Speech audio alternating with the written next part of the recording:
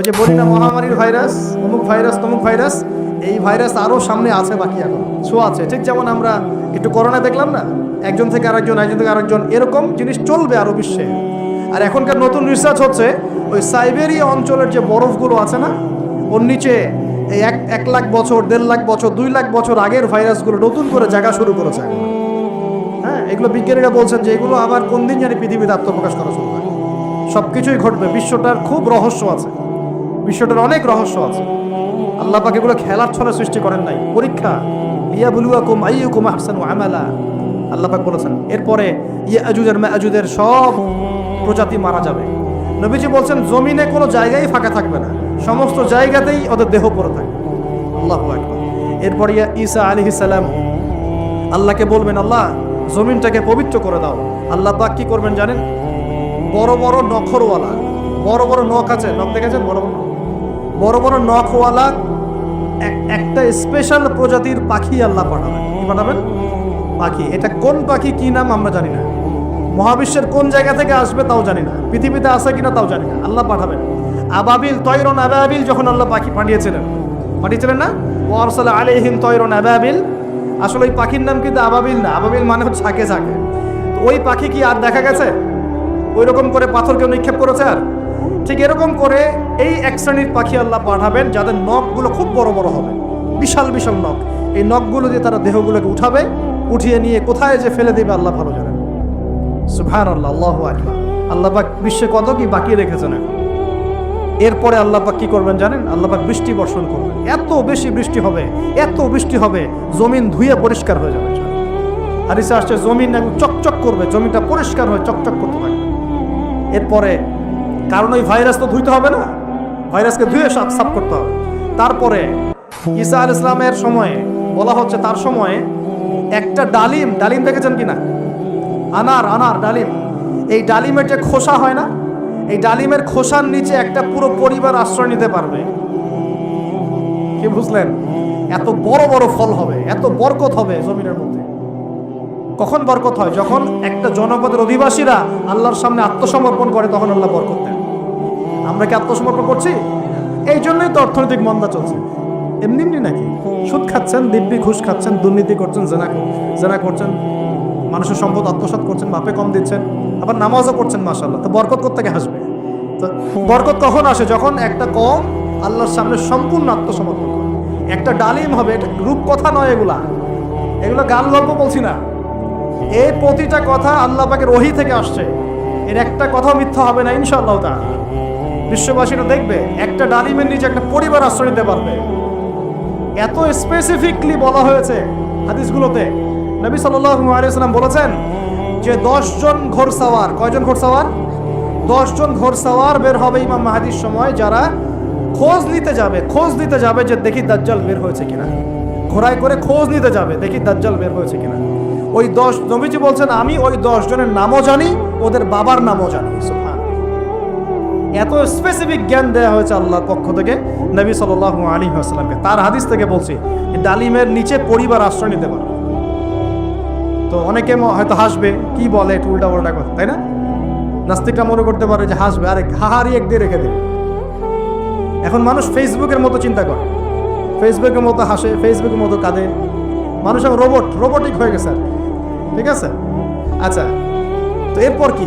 এরপরে বরকতের এই সময়টা শেষ হয়ে যাবে কখন? যখন মানুষ আবার সেই জেনা, পাপ, শিরিক, কুফর এগুলোতে লিপ্ত হবে। আল্লাহ রাসূল বলছেন এমন একটা মানুষও বাকি থাকবে না, একটা মানুষও না যে খালি লা ইলাহা ইল্লাল্লাহ কালিমাটা পড়তে জানে, এমন একটা মানুষও বাকি থাকবে না। বলেন নাউজুবিল্লাহ। ওরা হবে এই পৃথিবীর সবচেয়ে নিকৃষ্ট মানুষ। যখন দেখবেন মসজিদের মধ্যে হট্টগোল হচ্ছে, দিনের মাহফিলগুলোর মধ্যে হট্টগোল হচ্ছে, বুঝে নেবেন কিয়ামত কাছাকাছি। কি বুঝে নেবেন? কিয়ামতের যতগুলো লক্ষণ আছে তার মধ্যে এটাও একটা, যে মসজিদগুলোতে শোরগোল, হট্টগোল বেড়ে যাবে। পারছে না দিন দিন। এমনকি দেখা যায় একজন ব্যক্তি নামাজ পড়ছে, তার পাশে মানুষ কোলাহল করছে, এমনটা হয় না? এতে সেই ব্যক্তিরও নামাজে ডিস্টার্ব হয়, তারও নামাজ নষ্ট হয়, আর যে তাকে ডিস্টার্ব করছে ওর নামাজ তো আগেই নষ্ট হয়ে গেছে। তো নবী সাল্লাল্লাহু আলাইহি ওয়াসাল্লাম অনেক দিন আগেই বলেছেন, 1400 বছর আগেই, যখন মসজিদগুলোর মধ্যে হট্টগোল বেড়ে যাবে, তখন ধরে নিবে যে কিয়ামত কাছাকাছি চলে এসেছে। আর মসজিদগুলো হবে চাকচিক্যময়, চকচকা, দেখে মনে হচ্ছে তাজমহল। মসজিদগুলো হবে চাকচিক্যময়, কিন্তু মসজিদ থেকে হেদায়েত উঠে যাবে। এমনও হাদিস এসেছে, মুসল্লিরা মসজিদে নামাজ পড়বে, জামাতে নামাজ পড়বে, কিন্তু ওই মুসল্লিদের মধ্যে একজন প্রকৃত ইমানদার মানুষ খুঁজে পাওয়া যাবে না। এমনও হাদিস এসেছে, যদিও হাদিসগুলো সব জায়গায় বলতে পারি না আমরা। এমনও হাদিস এসেছে যে মসজিদে মুসল্লিরা নামাজ পড়বে, কিন্তু মুসল্লিদের মধ্যেও একজন প্রকৃত ইমানদার মানুষ খুঁজে পাওয়া যাবে না। আপনারা হয়তো মনে করছেন সেই যুগ অনেক দেরি আছে, আমরা দেখছি সেই যুগ চলে এসেছে। ইবাদত বন্দেগীর জীবনে এখন মানুষ নামাজি হয়েছে, আর অর্থনৈতিক জীবনে গিয়ে সুদখোর হয়েছে, হয় নাই? ইবাদত বন্দেগীর জীবনে মানুষ নামাজ পড়ছে, মাশাআল্লাহ, রোজা রাখছে, যাকাত দিচ্ছে না, অন্যের হক দিচ্ছে না, প্রতিবেশীর হক দিচ্ছে না, আত্মীয়র হক দিচ্ছে না, নিজের সম্পত্তির সুষ্ঠু বন্টন করছে না, ভাই বোনকে সম্পত্তি দিচ্ছে না। এমন হচ্ছে না? নামাজ কিন্তু ঠিকই আছে, নামাজ মানুষ পড়ছে, নামাজ পড়ার পরেও মানুষ কবিরা গুনাহ করছে কিনা, নামাজ পড়েও মানুষ মাপে কম দিচ্ছে কিনা, তো একটু বোঝেন, আলোচনা অনেক গভীরে যাবে। প্রিয় ভাইয়েরা, আমরা যদি অন্যের দায়িত্ব নেওয়ার মনোভাব রাখি যে আমি নিজেও খাবো, আমার প্রতিবেশীকে খাওয়াবো, আমার আত্মীয়দেরকে খাওয়াবো, এবং আমি অপচয় করব না, আমার খাবার যতটুকু হয়ে যায় এতটুকুতে তুষ্ট থাকবো, বাকিটা আমি দান করব, সদকা করব। রমজানে যদি এরকম করতে না পারেন, রমজানে আপনাদের ভয়াবহ বিপদ অপেক্ষা করছে। বলতে পারেন যে ভবিষ্যৎবাণী করে গেল নাকি? দেখেন না কি হয়, কথাটা আগে শোনেন তো, কথাটা শুনে আগে দেখেন তো কি হয়। ইসলামিক সলিউশন কি? অন্যের পাশে দাঁড়ানো। ইসলামিক সলিউশন কি? অপচয় কমানো। ইসলামিক সলিউশন কি? জাকাতগুলো দেয়া। যখন ধনীরা জাকাতগুলো দেয়া শুরু করবে, তখন দরিদ্রর পেটে গিয়ে ভাত পড়বে। ধনীদের সম্পদে যে জাকাত আছে, এই জাকাতগুলো যখন আপনারা সুষ্ঠুভাবে বন্টন করবেন, তখন গরিবের পেটে ভাত পড়বে। শুধু এইসব তন্ত্র মন্ত্র আর খাতা কলমের ইকোনমিক্স দিয়ে সমাজে শান্তি প্রতিষ্ঠা হবে না। খাতা কলম বইপত্রের অর্থনীতি দিয়ে সমাজে শান্তি প্রতিষ্ঠা হয় না, বরং সমাজে কি হয়? পুঁজিবাদ হয়। পুঁজিবাদ কি জিনিস? ধনী দিন দিন ধনী হতে থাকবে, এক শ্রেণীর মানুষের কাছে ধন সম্পদ কেন্দ্রীভূত হতে থাকবে, এক শ্রেণীর নির্দিষ্ট একটা শ্রেণীর কাছে ধন সম্পদ কুক্ষিগত হতে থাকবে, বাকিদের রক্ত চুষে চুষে এরা বড়লোক হবে। এখন এই সবার রক্ত চোষা সুদভিত্তিক অর্থনীতি চলছে সারা বিশ্বে। এগুলো খাতা কলমের অর্থনীতি। বাস্তবের অর্থনীতি এমন হওয়া উচিত, ধনী যারা আছেন তাদের সম্পদের যে জাকাত আসবে, এই জাকাতটা দরিদ্রদের মধ্যে বন্টন করতে হয়। এটা করতে পারতেন, সমাজের সবাই 3 বেলা খেতে পারতো, না খেয়ে মরতো না। কে শুনবে কার কথা? এগুলো তো বললেও সমস্যা, করলেও সমস্যা। কারণ আমরা বললে হয়ে যাব ধর্মান্ধ, আর যদি মুসলিমরা করে তারা হয়ে যাবে সন্ত্রাসী। আশ্চর্য একটা। সারা বিশ্বে যারা একনিষ্ঠভাবে ইসলাম পালন করতে চায়, ওদেরকে সারা বিশ্বে মৌলবাদী বলে প্রচার করা হয়েছে। অথচ সমাধান কিন্তু এখানেই। এই যে আমার হাতে যে কিতাবটা দেখছেন, এই কিতাবের মধ্যে আল্লাহ পাক সমস্ত বিষয়ের সমাধান নাজিল করেন নাই? এটা মুখে বলছে আমরা, ঠিক। কয়জন বিশ্বাস করে কথা? কয়জন সত্যি মন থেকে বিশ্বাস করে যে আল কোরআনুল কারীমে সত্যি সত্যি আল্লাহ পাক সমস্ত বিষয়ের সমাধান নাজিল করেছে? আজকে জুমার দিনে সূরা কাহফ পড়তে হয়, তাই না? এই সূরা কাহফের 54 নম্বর আয়াতে, কত নম্বর? 54 নম্বর আয়াতে আল্লাহ পাক বলছেন, ওয়ালাকাদ সাররাফনা ফি হাযাল কুরআন লিন-নাস মিন কুল্লি মাসাল। আল্লাহ বলেছেন, দেখে নিন, আল্লাহ বলছেন নিঃসন্দেহে, নিঃসংকোচে, অবশ্যই আমি এই কোরআনের মধ্যে শুধু মুসলিমদের জন্য নয়, পুরো মানব জাতির জন্য সমস্ত বিষয় ব্যাখ্যা করেছি। আল্লাহ পাক বলেছেন শুধু মুসলিমদের জন্য, পুরো মানব জাতির জন্য যত বিষয় প্রয়োজন আমি আল্লাহ এই কোরআনের মধ্যে ব্যাখ্যা করেছি। কে বলেছেন? আল্লাহ কি মিথ্যা কথা বলেন? তার রাসূল কি মিথ্যা কথা বলেন? তাহলে আমাদের মানতে সমস্যা কোথায়? মানতে কি সমস্যা? এই যে বললাম, যদি আমরা ইকোনমিক সেকশনে সমৃদ্ধি চাই, একটা স্টেবিলিটি চাই, অবশ্যই জাকাত ইম্পোজ করতে হবে। জাকাত ছাড়া অর্থনৈতিক সাম্য আসবে না। মনে করেন বাংলাদেশে মনে করেন যে 1 কোটি মানুষের উপরে জাকাত ফরজ। কথার কথা বলছি, কথার কথা। এই 16 কোটি 20 কোটি মানুষের মধ্যে মনে করেন 1 কোটি মানুষের উপর জাকাত ফরজ হয়েছে। আছেন এমন মানুষ? জাকাত মানে কি? কত পার্সেন্ট দিতে হবে সম্পদের? 2.5%। 100 টাকায় 2.5 টাকা, এই তো। আচ্ছা, এখন 1 কোটি টাকায় এই টাকাটা কি ছোট না বড়? আর এটা একজনের হিসাব করলাম, যদি এরকম আমি 1 লাখ মানুষের হিসাব করি কত টাকা আসবে? এই টাকা দিয়ে আপনি কি করতে পারবেন? নিঃসন্দেহে আপনি দরিদ্র মানুষের সেবা এটা কাজে লাগাতে পারবেন। জাকাতের যে 8টা খাত আছে না? কটা খাত? 8টা খাতে সুষ্ঠু বন্টন করলে দেখবেন সমাজে একটা গরিব মানুষও থাকবে না ইনশাআল্লাহ। সবাই খেয়ে পরে বাঁচবে ইনশাআল্লাহ। এই কাজটা করবে কি? কেউ উদ্যোগ নেবে? আচ্ছা, এই জাকাত কি শুধু 1 বছরই আসবে না প্রতি বছর আসবে? এই জিনিসগুলো বুঝতে হয়।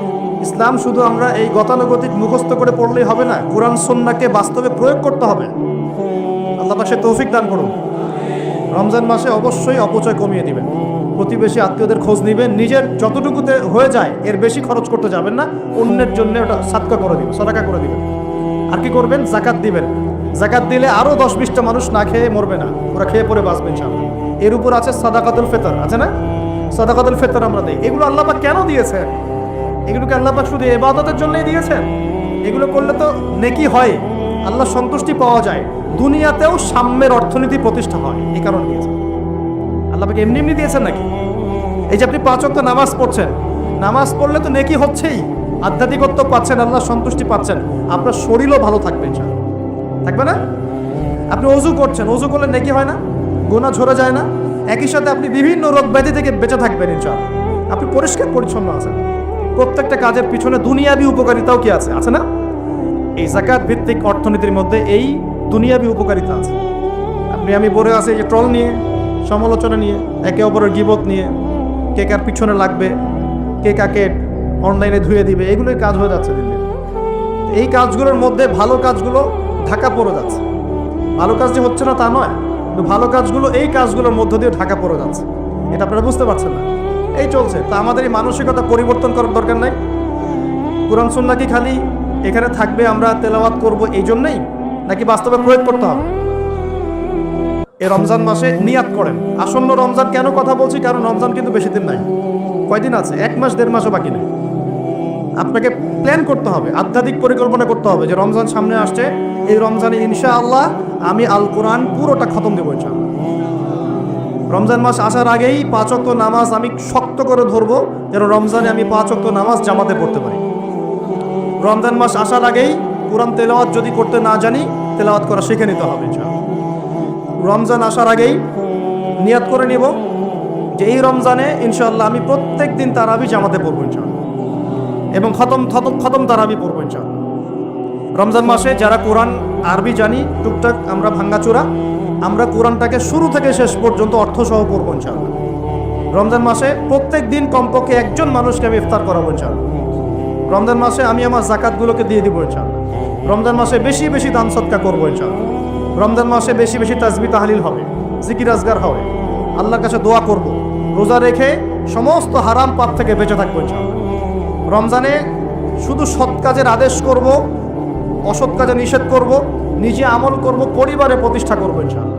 প্রত্যেক দিন 5 ওয়াক্ত নামাজ হবে, প্রত্যেক দিন মসজিদে নামাজের পর তালিম হবে ইনশাআল্লাহ।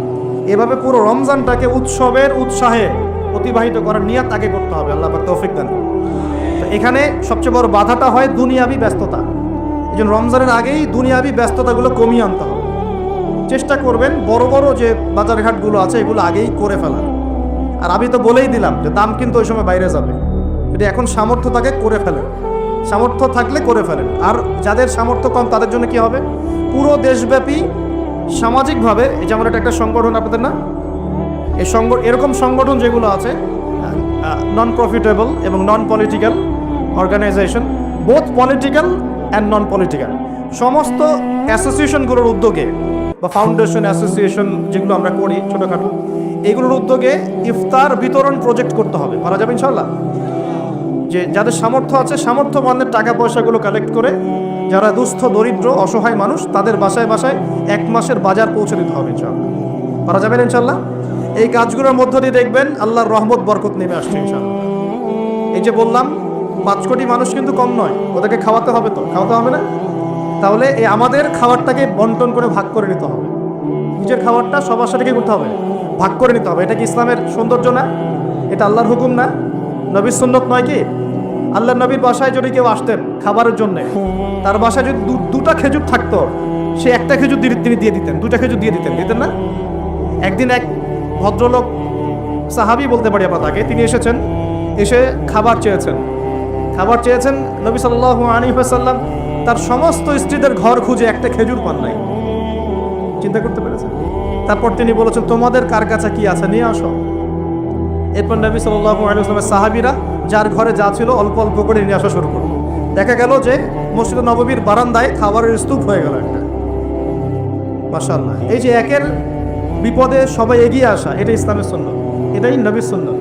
রমজান মাসে এই জিনিসটা চর্চা করতে হবে, আল্লাহ পাক তৌফিক দান। আর রোজা রেখে ভুলেও গীবত, তহমত, সমালোচনা এগুলো করতে যাবেন না।